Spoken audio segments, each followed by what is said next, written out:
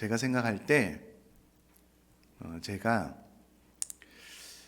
저희 어머니를 참 많이 사랑하는 것 같습니다. 그 어머니라는 이름만으로도 사랑받고 존경받아야 마땅한데 좀 그것을 뛰어넘는 제 안에 저희 어머님을 향한 사랑의 마음이 있습니다. 왜 이와 같이 사랑의 마음이 더 깊어질까라고 생각을 해보면 제가 개인적으로 저희 어머니에 대한 생각을 좀 많이 하는 것 같습니다. 특별히 초등학교 2학년 이후로 저 어머님과 이렇게 떨어져 살면서 두 집 살림을 해야 돼서 아버님 어머님이 참 힘드셨겠다. 특별히 축산을 하시는 그 일 자체가 되게 힘든 일인데 한여름에는 가만히 있어도 땀이 주르르 흐르잖아요. 또 막산에 들어가면 탈진이 올 만큼 되게 힘든 일. 또 겨울에는 이게 작업복이 꽝꽝 얼어서요. 나무를 떼서 작업복을 녹여야지만 옷을 입을 수 있는 어떤 그런 환경이었거든요. 그 많은 일들을 어머니께서 감당을 하셨는데 지금 생각을 해보면 그 산골 마을에서 저희 어머님은 일만 하셨던 것 같아요. 뭐 명품이나 여행이나 그런 것 없이요. 오직 자녀들만을 위해서 그렇게 일을 하셨던 것 같습니다. 그러니까 이와 같은 어머님의 수고 또 고생을 생각하면 생각할수록 제 마음속에 어머님을 향한 사랑의 마음이 커져갈 수밖에 없는 것 같아요. 고마운 마음, 존경하는 마음이 더 깊어질 수밖에 없는 것 같습니다. 동일한 맥락에서 제가 예수님을 많이 사랑하고 있는데요. 왜 그러냐면 예수님에 대한 생각을 제법 많이 하기 때문에 그렇습니다. 오늘 본문도 예수님께서 나를 위해서 어떠한 대가를 지불하셨는지가 잘 나오는 본문이잖아요. 이와 같은 본문을 생각하면 생각할수록 깊이 묵상하면 묵상할수록 주님을 사랑하는 마음이 커져갈 수밖에 없어요. 주님에 대한 고맙고 감사하는 마음이 깊어질 수밖에 없습니다. 저 같은 경우에는 그렇습니다. 왜 우리 마음속에 주님을 향한 사랑의 마음이 더 깊어지지 않을까 질문을 던져보면요. 이와 같이 주님께서 우리에게 베풀어 주신 은혜와 사랑을 깊이 생각하고 묵상하는 것을 어느 순간 멈추고 자꾸 육신의 정욕과 이 안목의 정욕, 눈을 즐겁게 하는 것을 따라서 내 생각과 마음을 자꾸 빼앗기게 되니까는 주님을 사랑하는 마음이 주님을 생각하는 마음 또 묵상하는 시간이 많아짐과 비례해서 깊어질 텐데 그것이 줄어드니 주님을 사랑하는 마음도 적어져 가는 것 같습니다. 그러나 오늘 본문을 보면은요, 우리가 주님을 사랑하는 마음이 깊어질 수밖에 없는 주님의 놀라운 사랑이 기록이 되어져 있습니다. 특별히 이사야는 예수 그리스도의 십자가 사건에 대해서 신약 성경에 많이 인용되는 그런 놀라운 메시아 예언이 기록된 책인데요. 이사야 53장만 하더라도 신약 성경에 85회나 인용이 될 만큼 예수님의 십자가 사건에 대해서 정확하게 예언 묘사를 해주고 있는 성경 본문입니다. 대표적으로 세 구절만 제가 살펴보면요. 요한복음 12장 38절은 이렇게 기록이 되어져 있습니다. 이는 선지자 이사야의 말씀을 이루려 하심이라. 이르되 주여 우리에게 들은 바를 누가 믿었으며 주의 발이 누구에게 나타났나이까 하였더라. 마태복음 8장 17절입니다.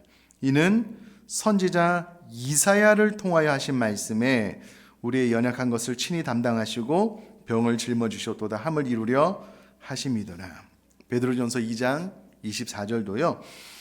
친히 나무에 달려 그 몸으로 우리 죄를 담당하셨으니 이는 우리로 죄에 대하여 죽고 의에 대하여 살게 하려 하심이라. 그가 채찍에 맞음으로 너희는 나음을 얻었나니. 아멘. 이와 같이 이사야 선지자는요, 신약에 오실 메시아에 대해서 구체적으로 그의 하실 사역과 십자가의 고난에 대해서 미리 예언을 해주고 계십니다. 그런데 이상하게도 이스라엘 백성들은 이와 같이 정확하고 너무나도 선명한 메시아 예언이 있음에도 불구하고 예수님께서 이 땅에 오셨을 때에 예수님을 인정하거나 알아보지 못했습니다. 왜냐하면 그들이 가장 존경했던 왕은 다윗 왕이었고요. 그들이 기대했던 메시아는 다윗 왕처럼 이방인의 압제에서 자신의 민족을 구원해내고 본인의 민족을 다윗의 시대처럼 부강케 할 강력한 힘을 가진 메시아를 기대했기 때문에 그렇습니다. 그런데 예수님께서 이 땅에 오셔서 십자가 위에서 죽는 것이 예수님의 꿈이시래요. 이방인에 의해서 만들어진 그 십자가, 성경에 십자가 위에서 달려 죽는 자는 하나님의 저주를 받았다라는 기록을 잘못 오해한 나머지 예수님이 하나님의 저주를 받아서 십자가 위에서 죽었다라고 생각을 하니 예수님을 메시아로 인정을 할 수가 없었습니다. 자, 그러면 예수님께서 이 땅에 오셔서 그들이 기대하는 것처럼 힘으로 이 땅을 정복할 메시아로 오시면 안 되었던가? 네, 안 되었습니다. 힘의 정복으로는 우리들의 죄 문제를 해결할 수 없기 때문에 그렇습니다. 그래서 예수님은 자신의 생명을 내어주는 방법으로 이 땅에 오셨고 십자가를 지셨습니다. 그래서 오늘 본문에 이사야 53장 5절에 이렇게 기록이 되어져 있습니다. 예수님의 십자가 사건에 대해서요. 그가 찔림은 우리의 허물 때문이요 그가 상함은 우리의 죄악 때문이라. 그가 징계를 받음으로 우리는 평화를 누리고 그가 채찍에 맞음으로 우리는 나음을 받았도다. 여러분, 성경은 정확하게 예수님이 우리 죄인들이, 아니 내가 죽어야 될 그 자리에 예수님께서 대신 계셨다라고 이야기를 합니다. 그러므로 죄인들을 위한 심판을 죄 없으신 예수님께서 짊어지심에 대해서 기록을 해놓고 있습니다. 고린도서 5장 21절입니다. 하나님의 죄를 알지도 못하신 이를 우리를 대신하여 죄로 삼으신 것은 우리로 하여금 그 안에서 하나님의 의가 되게 하려 하심이라. 예수님은 죄가 없으셨음에도 불구하고 우리 죄를 대신해서 십자가를 지셨음을 이야기를 해주고 있습니다. 그러면 예수님께서 십자가에서 당하신 고난, 고통은 어떤 것인가? 라고 했을 때에 오늘 본문은 너무나도 유명해서 잘 아는 말씀입니다. 그럼에도 불구하고 우리가 시간을 내어서 이와 같은 예수님의 십자가의 고통을 마음속에 깊이 새기지 않으니 이 시간 다시 한번 이 말씀을 통해서 좀 생각을 해보고 우리 마음속에 깊이 새겨지는 시간이 되었으면 좋겠습니다. 우선에 예수님의 십자가는 우리의 허물 때문에 찔리신 일이다 라고 기록을 해놓고 있습니다. 여러분, 여기서 말하는 찔림은 예수님의 십자가 사건을 의미합니다. 우선에 예수님은 잘 아시는 것처럼 커다란 가시로 만든 면류관에 의해서 찔림을 받으셨습니다. 그 면류관을 내리치니 두꺼운 아주 뾰족하고 날카로운 가시가 예수님의 머리를 파고들어서 머리로부터 많은 출혈이 이미 있으셨습니다. 잘 아시는 것처럼 예수님의 찔림은 거대한 대못, 손과 이 손목 사이에 예수님께서 거대한 대못에 찔리셨고요. 발도 찔리셔서 그 위에서 예수님의 무거운 몸을 지탱하셔야만 됐기 때문에 그 고통은 말로 설명하기가 어려운 고통입니다. 요한복음 19장 37절은 이렇게 기록이 되어져 있습니다. 또 다른 성경에 그들이 그 찌른 자를 보리라 하였느니라. 스가랴 12장 10절은요. 내가 다윗의 집과 예루살렘 주민에게 은총과 강구하는 심령을 부어주리니 그들이 그 찌른 바 그를 바라보고 그를 위하여 애통하기를 독자를 위하여 애통하듯 하며 그를 위하여 통곡하기를 장자를 위하여 통곡하듯 하리로다. 죄 없으신 예수님이요, 우리의 나의 허물 때문에 찔리셨다. 가시면류관 그리고 커다란 대못에, 그리고 죽음을 확인하기 위한 목적이기는 하지만 창에도 찔리셨습니다. 예수님은 이어서 우리의 죄악 때문에 상하셨습니다. 여기서 말하는 상했다라는 타박상을 의미하고요, 원어로 보면 으깨서 부서뜨린다 라는 의미를 가지고 있습니다. 마가복음 14장 65절에 보면은요, 어떤 사람은 그에게 침을 뱉으며 그의 얼굴을 가리고 주먹으로 치고라고 기록이 되어져 있습니다. 주먹으로 치며, 예수님께 침을 뱉으며 손바닥으로 뺨을 때리는 것뿐만 아니라 실제로 주먹으로 때려서 예수님의 얼굴에 몸에 타박상을 입혀 으깨서 부서지는 고통을 예수님께서 당하셨습니다. 그것도 우리의 죄악 때문에, 아니 나의 죄악 때문에 그러셨습니다. 또한 예수님은 우리 때문에 징계를 받으셨고요, 채찍에 맞으셨습니다. 이 설명은 이미 여러 번 들어서 아시는 것처럼 이때 당시에 채찍은 채찍 끝에 날카로운 뼈 조각, 생선 가시나 쇠로 만든 아주 날카로운 조각을 붙여놔서요, 한 번씩 때릴 때마다 때리는 고통보다는 때릴 때 이 날카로운 것들이 살에 박히게 되고요, 그 채찍을 뗄 때마다 살점이 뚝뚝 떨어져 나가는 고통을 받게 됩니다. 이때 당시 문헌에 의하면 이 채찍이 배에 잘못 맞게 되면은요, 채찍을 뗄 때에 그 안에 있는 장기들이 흘러내려서 사망을 했다라는 기록도 있습니다. 그와 같은 고통을 예수님께서 당하셨습니다.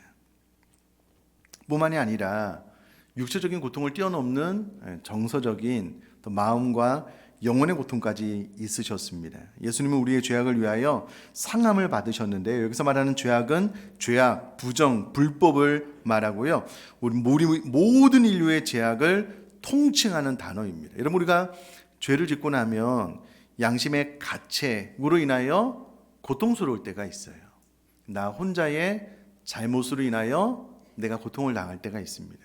그러나 예수님은 모든 인류의 죄를 짊어지심으로 상함을 받으셨으니 예수님의 내적인 그 고통의 무게는 또한 사람의 말로 설명하기가 어려울 것 같습니다. 더하여서 그분은 우리의 허물을 위하여 찔림을 받으셨습니다. 여기서 말하는 허물은요, 인간의 반역적이고 또는 고의적인 범죄를 의미합니다.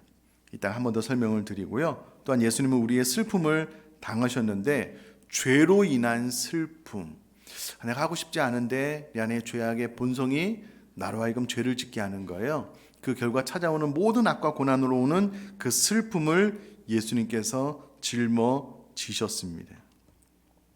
계속해서 이사야는 53장 6절에 이렇게 이야기를 합니다.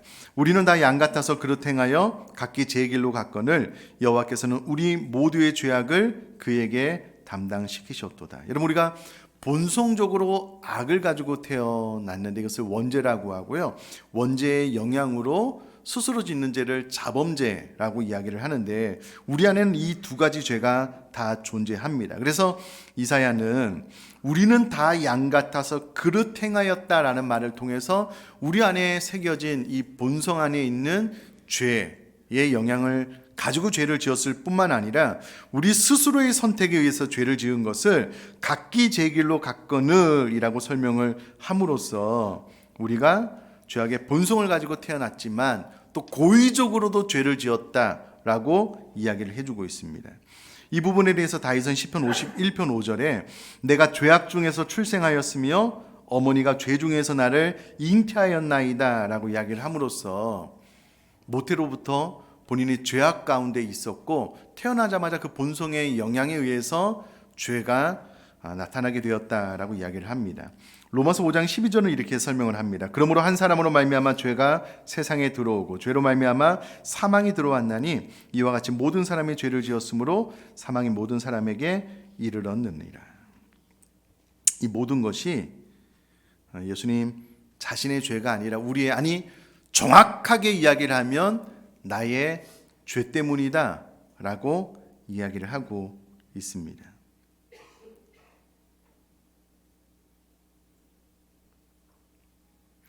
어느 순간부터 우리는 이와 같은 사실에 대해서 의도적이든 의도적이지 않든 생각하기를 멈춘 것 같아요. 마음이 고민하지 않고 그렇게 좀 고통스러운 시간이거든요. 왜 예수님이 나를 위해서 이와 같은 처절한 고통을 당하셨을까? 계속해서 질문을 던져보고 묵상을 하면 할수록 그 모든 죄가 나로 인한 것이다 라는 것이 깨달아지면 마음속에 십자가의 놀라운 은혜와 사랑이 샘솟듯 솟아나거든요. 그럼 내 안에 그 주님의 십자가로 인한 감동이 사라질 수가 없어요. 그 주님의 십자가의 은혜가 내 안에서 떠나갈 수가 없거든요. 어느 순간부터 이와 같은 십자가 묵상하기를 멈춘 거예요. 자꾸 육신의 정욕과 무엇보다도 안목의 정욕에 빠져서 내가 보는 것이, 내가 바라보는 것이 내 말초신경을 자극하고 나에게 잠깐의 쾌락을 가져다 주는 것만 자꾸 바라보는 거예요. 자꾸 생각하는 거예요. 그러니까 이와 같은 십자가 사랑과 은혜가 내 안에 점점 메말라가게 되는 겁니다. 주님을 사랑하는 마음도, 주님의 십자가에 대한 고맙고 감사한 마음도 서서히 사그라지게 되는 거예요. 반대로 이 세상의 쾌락에 시선을 돌리니까 내 마음이 당연히 건조해지죠. 당연히 메말라 가게 되는 것 같습니다. 그런데 반대로 이 어떤 십자가 사건 우리가 다 알고 있기는 하지만 시간을 내어서 정기적으로 자꾸 되새기셔야만 됩니다. 자꾸 기억해 내셔야만 됩니다. 그 은혜, 그 의미, 도대체 나를 얼마나 사랑하시기에 이와 같은 십자가를 지셨을까, 그 고통을 다 감당해 내셨을까를 시간을 들여서 계속 깊이 있게 묵상을 하면 할수록 이 은혜가 우리 가운데 넘쳐나게 될 줄 믿습니다. 그런데 어느 순간부터 그것을 하지 않는 거예요. 뿐만 아니라 예수님은 죄가 없으심에도 불구하고 우리 죄를 대신해서 이와 같은 십자가를 지셨잖아요. 그러므로 이 세상에 억울하다라고 말할 수 있는 분은 예수님 한 분밖에 없으셔요. 죄가 없으신데 십자가 고통을 당하셨잖아요. 근데 여러분, 우리는 죄악 가운데 출생해서 우리들의 원죄로 말미암아 수스러지는 자범죄까지 죄로 가득한 죄인이 되었으니 우리는 우리 죄로 말미암아 하나님의 형벌을 받는 것이 너무나도 지극히 당연한 것 아니겠습니까? 어느 순간부터 억울한 거예요. 내 삶 가운데 찾아오는 많은 고난과 고통이 왜 하나님께서 나를 이렇게 대하시냐고, 왜 나에게 이와 같은 고통을 가져다 주시냐고 억울한 거예요. 마치 예수님의 십자가 양옆에 있던 강도들처럼 평생 강도짓 하다가 잘못해서 십자가 위에서 처형을 당하고 있는데 예수님을 조롱하고 모욕하는 거예요. 자신의 삶이 억울하다는 거예요. 그런데 여러분, 정작 예수님은 억울하다라고 말씀하지 않으셨습니다. 이런 생각을 해보게 돼요. 어머님이 홀로 눈에 넣어도 아프지 않은 너무나도 사랑하는 아들을 키우는데 홀로 키워서 힘드셨겠죠. 교육을 잘 못 시켜서 그런지 자네가 빗나가서 사람을 죽이게 된 거예요. 사형을 언도받아야 되는 심각한 죄를 지은 겁니다. 이 사실을 어머니가 알고 내가 재판정에 나가서 그 잘못은 내가 저질렀다라고 이야기를 할 거야. 너는 침묵하고 있으면 돼. 이렇게 어머니께서 뜻을 정했다라고 한번 생각을 해보셔요. 그리고 재판정에 섰습니다. 묻는 거예요. 이 잘못을 당신이 저질렀냐고. 여러분, 이때 아들을 위해서 대신 죽겠다고 작정한 어머니 가운데 누가 아니라고, 나는 그렇지 않다고, 내 아들이 죽였다고, 누가 그렇게 대답을 하겠냐고요. 뜻을 정하고 자신이 대신 죽겠다고 재판정에 선 어머니가 항변할 수 있겠냐고요. 예수님은 이 땅에 우리 죄를 대신 감당하기 위해서 오셨습니다. 십자가를 지는 것이 예수님의 꿈이셨습니다. 예수님의 죄가 없으셨음에도 불구하고 재판정에서 단 한 번도 변론하지 않으셨습니다. 왜냐하면 저 여러분들의 죄를 대신 짊어져야지만 우리에게 구원과 회복의 은혜가 임할 수 있기 때문에 그렇습니다. 예수님이 힘이 없어서 무기력해서 잡히시고 십자가를 지셨는가? 전혀 그렇지 않습니다. 잘 아시는 대로 요한복음 18장 6절 말씀 보니까는요, 예수께서 그들에게 내가 그니라 하실 때에 그들이 물러가서 땅에 엎드러 지는지라. 예수님을 잡으러 온 병정들에게 내가 그다라고 말을 했을 뿐인데 그들이 나가서 엎드러질 정도로 예수님에게는 권세가 있으셨습니다. 뿐만 아니라 마태복음 26장 51절에서 54절입니다.